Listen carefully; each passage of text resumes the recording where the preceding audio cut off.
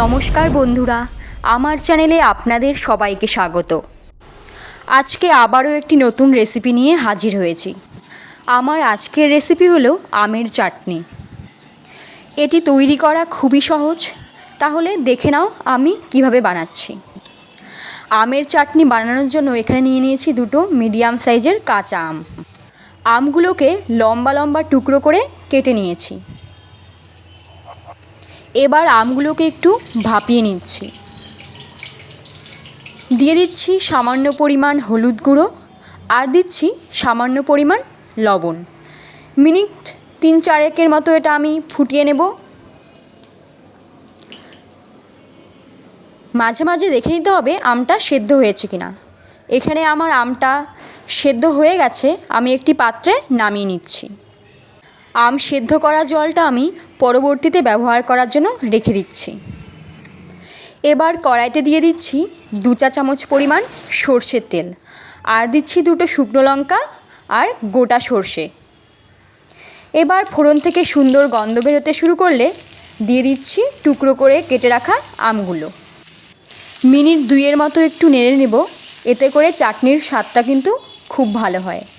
দিয়ে দিচ্ছি স্বাদ মতো লবণ আর দিচ্ছি একটু হলুদ গুঁড়ো।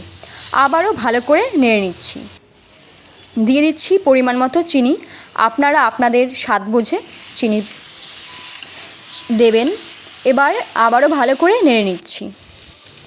দিয়ে দিচ্ছি আম সেদ্ধ করা জলটা।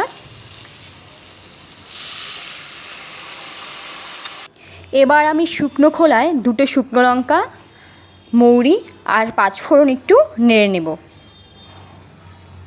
এবার একটি মিক্সিং জারের মধ্যে করে একটি মিহি গুঁড়ো তৈরি করে নেব।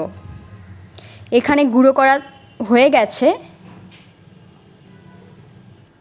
এবার আমটা ফুটতে শুরু করলে গুঁড়োগুলো দিয়ে দেব।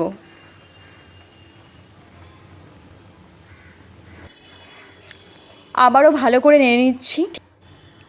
এবার মিনিট 5 মতো ফুটিয়ে নেব। এখানে আমের চাটনিটা প্রায় তৈরি হয়ে এসছে, কারণ এটা যেহেতু চিনি দিয়ে তৈরি করা হয়েছে, এই ঝোলটা পরে কমে আসবে। তৈরি হয়ে গেল টক ঝাল মিষ্টি আমের চাটনি। এবার এটাকে আমি একটি পাত্রে তুলে নিচ্ছি। এই চাটনি বানানো কিন্তু খুবই সহজ, আর ঘরে থাকা কয়েকটি উপকরণ দিয়ে এটি তৈরি করা যায়। রেসিপিটা কেমন লাগলো অবশ্যই জানাবেন। আমার চ্যানেলে নতুন বন্ধু হলে চ্যানেলটা অবশ্যই সাবস্ক্রাইব করে দেবেন। দেখার জন্য ধন্যবাদ।